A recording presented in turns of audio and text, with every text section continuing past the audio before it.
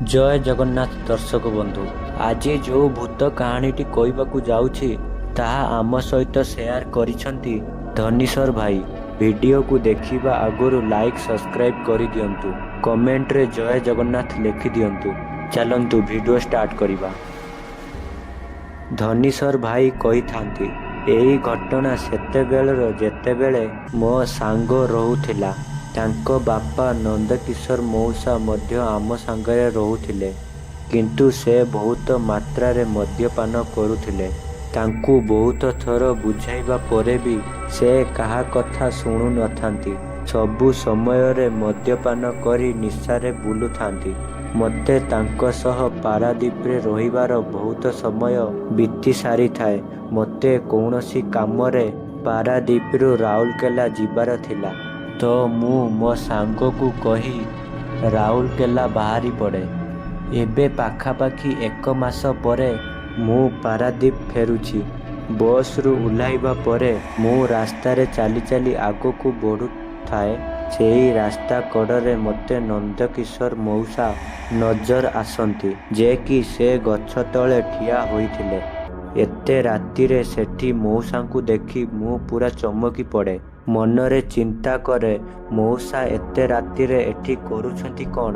से तो एबे घरे रहिबा कथा। एही कथा भाबी मु मौसांक पाखकू जाए, किंतु मौसा मते देखी किछि कहिले नाही, जेमिति से मते चिन्ही नाहांती कि जानी भी नाहांती। मु मौसांकू पचारे, मौसा एते रातिरे तमे एठी करूछ कौन?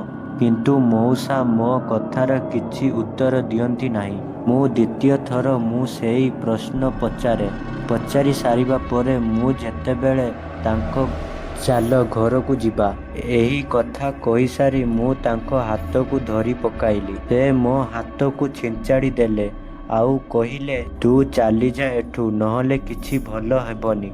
मौसांकर एमिति अचानक भारी आवाज आउ नाली आखि देखी मोर आउ द्वितीय थर साहस हेला नाही।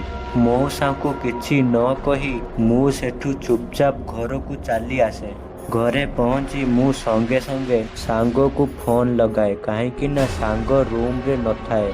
आउ ताकू घर को आसीबा को कहे। मो सांग किछि समय परे आसी पहुंची जाए, तो मु ताकू पचारे, अरे मौसा काई? आउ से मते कुहे, आजिठू प्राय 10 दिन पूर्वरु तांकर मृत्यु होई जाइछि। मु तते कहिबी बोली फोन लगाइछि, तोर फोन स्विच ऑफ देखैछि। मो सांग मुहरु एमिति कथा शुणी सारिबा परे माने मु गोटे थर पूरा शॉक होई जाए। आउ मो सहित घटिथिबा सबु घटना मो सांग को कहे। तो दर्शक बंधु, एही तो थिला आजिर कहानी। जदि एही वीडियोटी भलो लागिथिबो लाइक सब्सक्राइब करि दियंतु। रहिली, नमस्कार।